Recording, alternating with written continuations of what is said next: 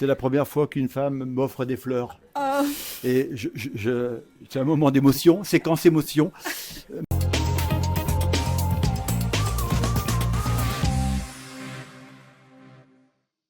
Bienvenue dans l'émission Libérez vos talents qui encourage les personnes ordinaires à faire des choses extraordinaires. Aujourd'hui, nous allons explorer ensemble le voyage inspirant de Nyung Ferreira pour enrichir votre vie professionnelle. Bonjour Nyung, Bonjour Finbert. ça va bien? Ouais, très bien et toi? Je suis content de te voir Moi aussi. dans ce lieu convivial au Louis Blanc, au café Bah oui, Louis Blanc, on est peut pas bien? faire mieux. Bah oui. C'est super. Nyung, est-ce que tu peux nous partager ton voyage professionnel en quelques mots? Bien sûr. Alors moi, c'est Nyung, créatrice de fleurs en papier. Ça veut dire que je transforme de ça Oui. à ça. Il y a plusieurs étapes entre les deux. Mais en gros, c'est ça. Tout se passe dans mon atelier à Vigne de Bretagne. Et c'est un atelier à l'ancienne. Ça veut dire que tout est à la main. Ciseaux, papier, colle, fil de fer. Tout ça est fait minutieusement à la main parce que le papier crépon, ça ne passe dans aucune machine à découpe. C'est la première fois qu'une femme m'offre des fleurs. Euh, Et c'est un moment d'émotion, séquence émotion. Merci. Enfin, faut reconnaître que faut voir la différence pour savoir. Faut que tu me le dises, hein. oui, ce sont les fleurs en papier. Toutes les On a pétales vraiment sont en l'impression que ce papier. sont des réels.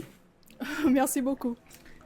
Et c'est pas, enfin, je fais pas ça depuis tout le temps. Oui, En fait, pour te dire, je suis née dans une famille asiatique typique, très traditionnelle. oui. Ça veut dire que mes parents, surtout je suis une fille, ils souhaitent pour moi une vie paisible, tranquille, stable.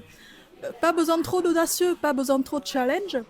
Donc j'ai toujours fait ça jusqu'à il y a 2 ans. Je travaillais dans un bureau d'approvisionnement Oui. d'une grande enseigne.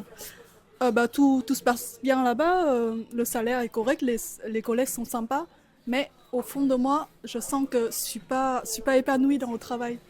Mon boulot, il est trop fade, trop carré, trop gris de mon goût. Oui. Mais à l'époque, je n'osais pas de changer parce qu'on sait ce qu'on va perdre, mais on ne sait pas ce qu'on va gagner après. D'accord. Alors, qu'est-ce que tu as osé faire finalement? Et un jour, un beau jour de juillet, je me souviens toujours, je suis tombée sur un livre, Libérez vos talents. Ah bah on va le montrer, allez. Libérez vos talents. Et c'est un petit livre, mais ça a changé ma vision. Ça m'a encouragée de sauter le pas. Et du coup, quelques mois après la lecture de ce livre, j'ai donné ma lettre de démission à mon chef.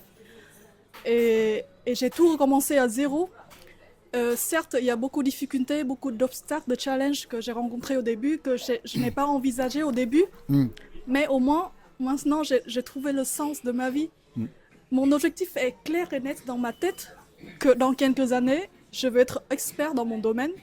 Je veux créer les plus belles fleurs en papier made in France. Ah ben c'est super, cocorico. Alors, qu'est-ce qui te met des étincelles le matin dans les yeux quand tu te lèves par rapport à ton travail? Alors, il y a plusieurs moments comme ça, mais quand je vois une fleur qui me plaît beaucoup dans un livre ou dans un jardin, j'ai hâte de la reproduire dans mon atelier. Et je peux faire plein d'expériences, plein d'échecs, mais une fois que la fleur est finie et que ça me plaît, mais c'est un sentiment énorme d'accomplissement et de satisfaction. C'est toi qui conçois en fait, hein, pour arriver Ah à oui. ce résultat ici. Hein, je Non, il y a remonte pas- encore. Tout est conçu. Voilà, il n'y a pas de formation, enfin, il y a des livres, mais il n'y a pas de formation diplômée d'État dessus, donc tout est sur autodidacte. Oui. Donc c'est un travail d'observation et analyse d'une fleur au début, et c'est la fabrication qui vient après. Oui, ce qui est intéressant aujourd'hui, c'est qu'on a un côté opérationnel. On voit bien très. Et pourtant, tu avais fait des études. Mais là, on voit bien ce côté enrichissant pour toi. Pourquoi tu souhaites partager ce moment avec nous, en fait? En fait, c'est le bon moment parce que je suis à la 2e année de ma création d'entreprise. Ça y est, les sentiments sont chauds, faut qu'on consomme comme un plat chaud. Je viens tout juste de sortir d'une période, on va dire, un peu sombre. Tu sais, toutes les galères de la création d'entreprise au début. Maintenant, je commence à avoir des commandes et des clients qui valorisent vraiment mon travail, qui ne disent pas « Ah, c'est trop cher, je ne vais pas mettre tant pour un bouquet ». Donc là, je commence à sortir de ma tête et de... Bah, quand tu dis c'est trop cher, allez, ça coûte combien?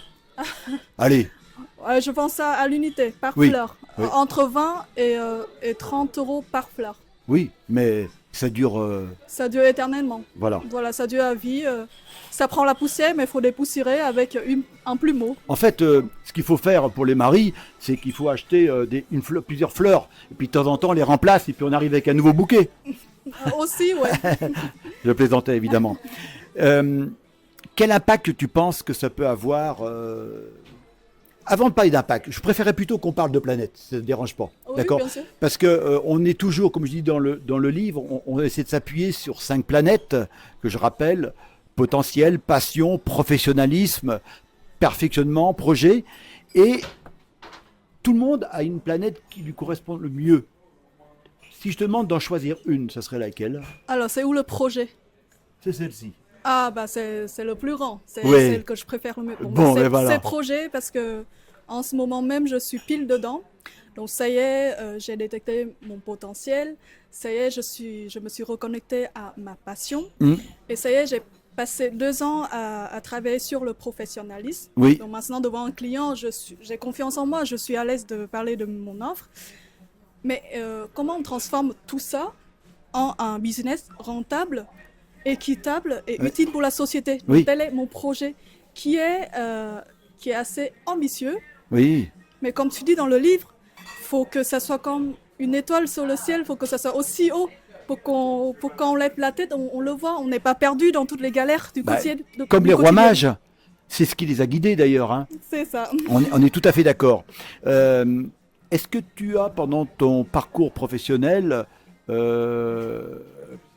parce que tu disais tout à l'heure que tu étais d'origine asiatique, etc., ça peut être au Vietnam ou en France, est-ce que tu as eu des modèles, des personnes inspirantes qui t'ont montré l'exemple? Il y en a beaucoup, mais je vais te raconter, l'année 2023, je participe au salon de créateurs qui m'a beaucoup coûté le frais de participation. Et je suis exposée à côté d'une créatrice qui fait de la vannerie. Donc là, c'est vraiment mon idole. Elle a cartonné, elle a vendu plein de paniers qui coûtent, qui n'ont pas donné, c'est pas donné. Et moi, je suis à côté, je vends rien du tout. Et je suis tombée dans un trou noir de dépression.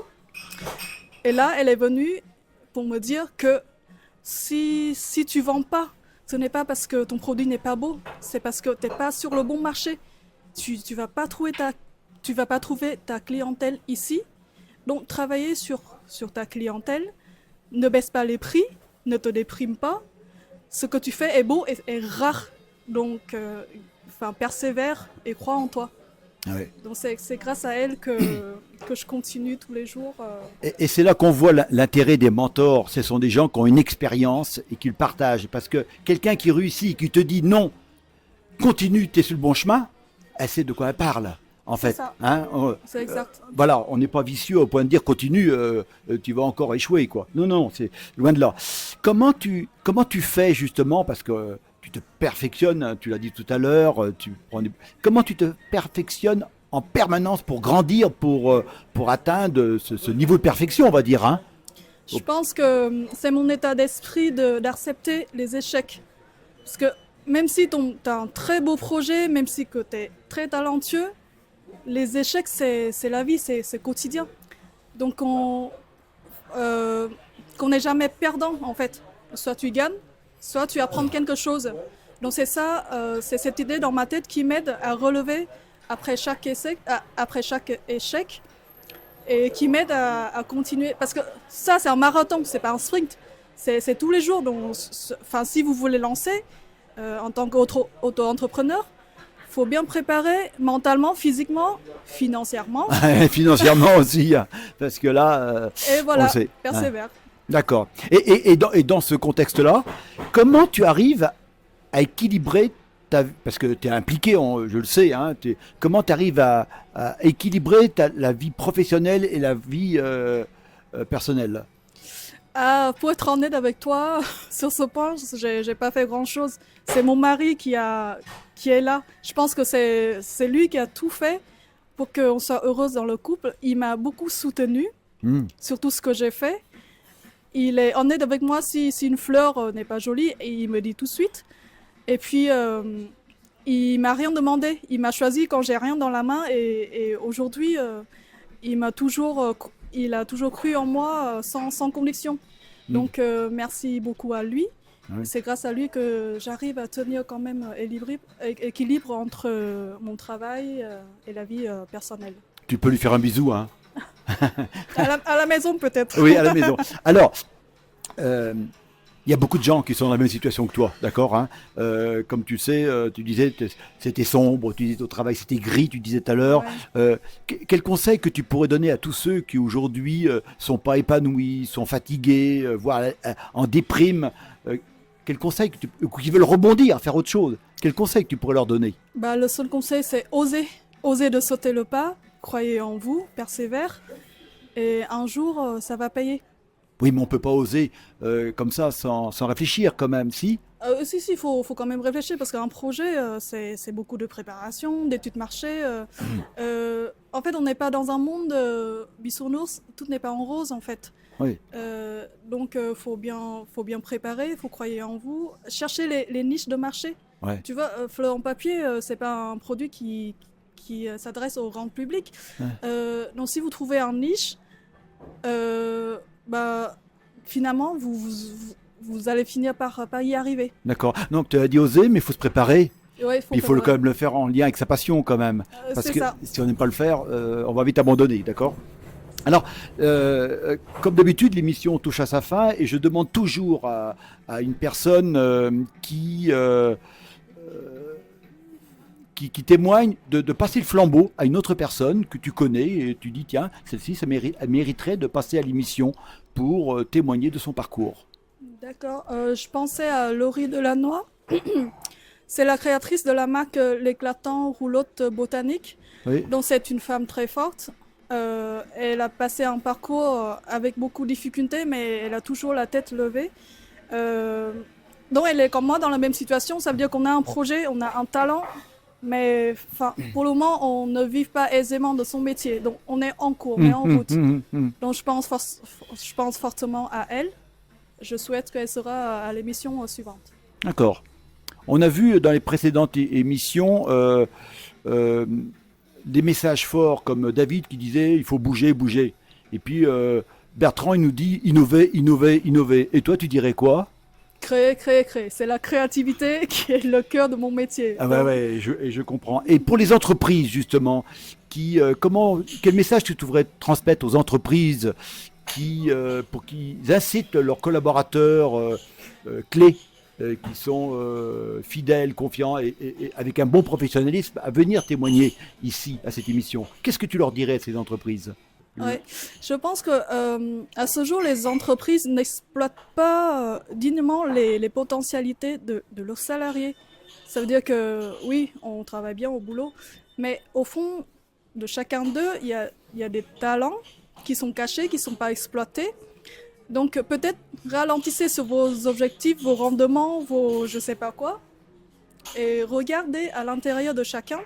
Et quand un salarié est épanoui au travail, il est content, il sent heureux, le bien-être au travail, chacun peut donner le meilleur d'eux. Merci. Depuis combien de temps que tu as appris le français? Depuis 10 ans. 10 ans, et il faut le souligner quand même. Depuis tout à l'heure, elle nous dit qu'elle a créé et a fait quelques fautes qu'elle dit. Ouais. Bon, vous voyez, donc elle a d'abord appris le français et après la conseil. Bravo Nyung pour ce parcours. Et comme dit Ralph Waldo Emerson, n'allez pas là où le chemin peut mener, allez où il n'y a pas de chemin et laissez une trace. Et je dirais une trace inspirante. Et c'est ce qu'on verra dans le prochain voyage inspirant comme d'habitude. Et on peut finir en disant merci au Café Louis Blanc de nous avoir accueillis pour cette émission. À très bientôt. Merci Philippe. Au revoir.